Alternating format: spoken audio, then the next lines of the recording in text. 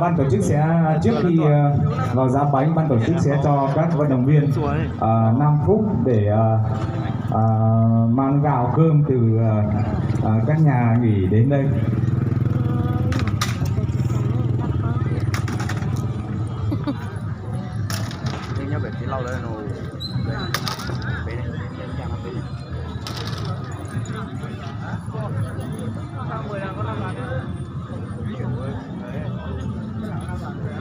Ban tổ chức đề nghị các người đẹp hôm qua vừa thi trình diễn trang phục xong của xã nào thì về cầm biển của xã đó. Đề nghị các trưởng đoàn gọi các người đẹp tối ngày hôm qua cầm biển của xã mình.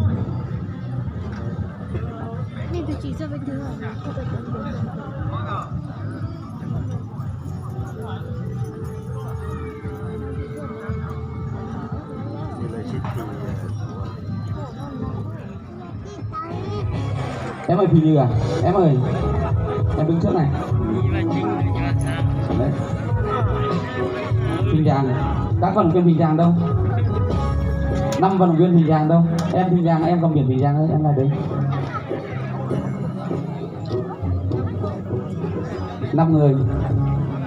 5 người tham gia thi đứng xếp hàng đây. Em mà cô Nhi em đứng lên đây một chút, đứng hàng đi. Đứng sau này, luôn lên một chút, luôn lên một chút. Okay. Em ơi, em cầm biển ở tháng kìa, em đứng đây, đứng trước cái cối của mình. Khi nào giá thì em đứng lên trên này nhé. Khi nào đội mình thi giá thì các em cầm biển đứng lên trên nhé, để đánh được các anh giá bay vào người. Nong U, người đẹp Nong U. Ở Sai Dung đồng chí Giang đâu nhỉ? Cô gái cầm biển đâu? Ô, khẩn trương đi.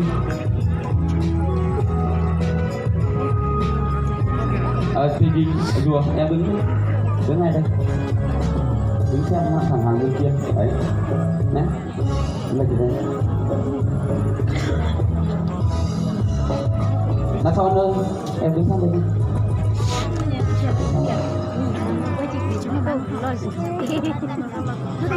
Các đơn vị hãy nhớ thể lệ của cuộc thi. Trước khi bước vào phần giá bên này thì ban tổ chức sẽ chấm cái phần vệ sinh an toàn thực phẩm cũng như chấm vệ sinh của các đơn vị tại cối. Cho nên các đơn vị lưu ý bày các dụng cụ chúng ta ra. Cái thứ hai là chúng ta thi theo hiệu lệnh của còi.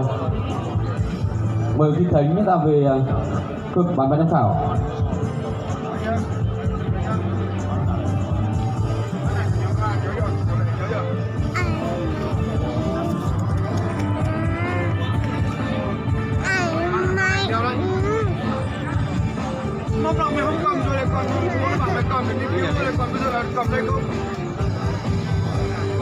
Các đội chúng ta hãy nhớ chúng ta thi theo hiệu lệnh còi.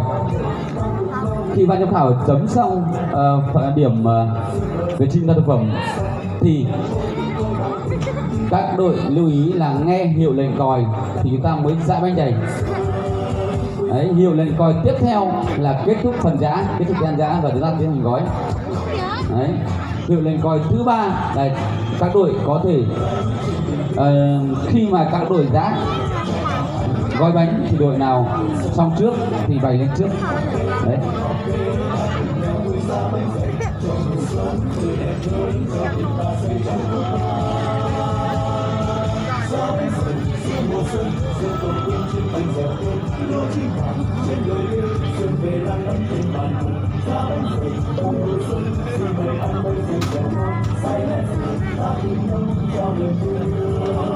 Các vận động viên Phú Hồng đâu?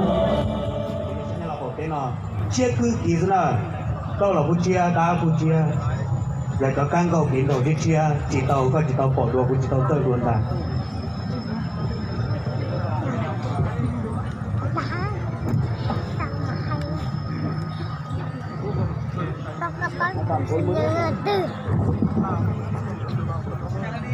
tôi sẽ một cái sĩ từ nhân trong đời phê lô sĩ từ nào vậy đời lựa chọn tôi của tôi sĩ từ là của tôi cởi nha in ra là tôi sĩ từ đa của tôi tư ta là cũng cởi nha vậy đời và cứ một cái bọn thì từ thế đó tới đâu tôi cũng sĩ thì đủ lựa tôi chỉ đó để kia chỉ có thì trong nó là cái sĩ từ nó dân trong một đi chán à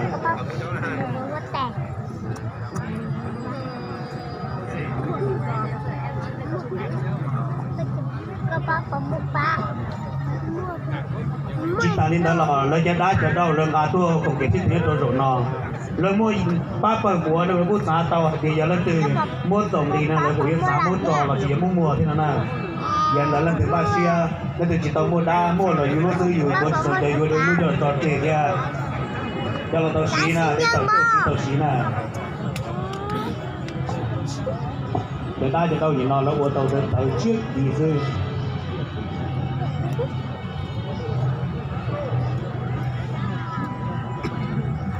cho nó đó trong đi đan chùa thế trong chùa là nào nên kia này chỉ cho đi kia